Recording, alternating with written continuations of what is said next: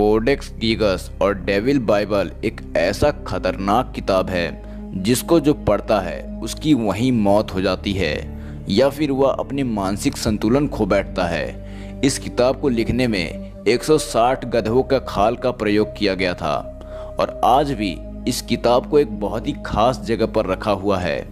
दोस्तों, कहा जाता है कि पुस्तकें अच्छी हो तो बनती है और बेकार हो तो बिगड़ती है। आज जिस किताब की बात करने जा रहे हैं वो वर्ल्ड की सबसे खतरनाक किताब मानी जाती है। अब बात आती है इस किताब को किसने लिखा और क्यों लिखा और कब लिखा। ये सब जानने के लिए आपको इस वीडियो में बने रहना है अंत तक। तो बिना देरी किए इस रोमांचक वीडियो को शुरू करते हैं।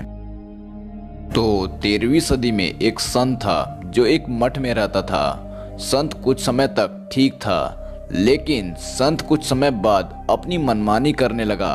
वे मठ के रूल को तोड़ने लगा। जब मठ के लोग उस संत को नहीं समझा पाए तो उन्होंने उस संत की शिकायत राजा को दे दी। राजा ने सब पता लगवाया और जांच किया, तब उसे पता चला ये सारी जानकारी सही थी।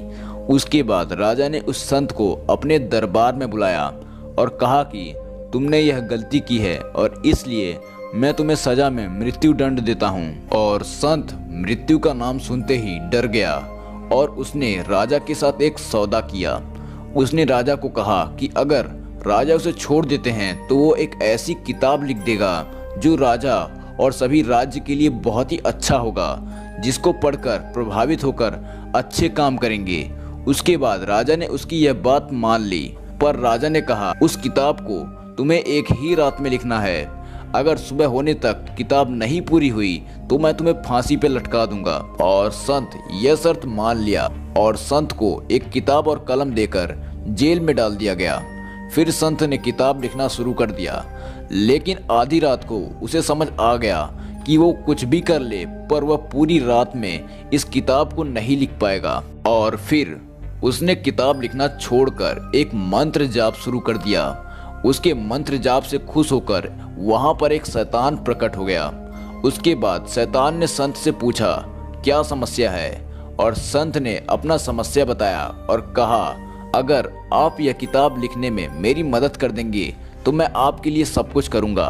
उसके बाद शैतान बोला ठीक है, मैं तुम्हारी मदद जरूर करूंगा, पर एक शर्त पे।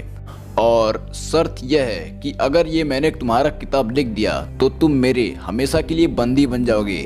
संत ने उसकी बात मान ली। फिर शैतान ने पूरी रात में वह किताब पूरा लिख दिया और 320 पेज का लिखा। उसके बाद जब सुबह हुआ, संत ने यह किताब खोली तो उसमें शैतान ने सबसे पहले पेज पर ही खुद का तस्वीर बनाया था और इस किताब में शैतान की बड़ाई और सच्चाई पर बुराई की जीत होगी, ये सब लिखा था। और शैतान ने तुरंत ही संत को बंदी बना लिया और उसने उसे मार दिया।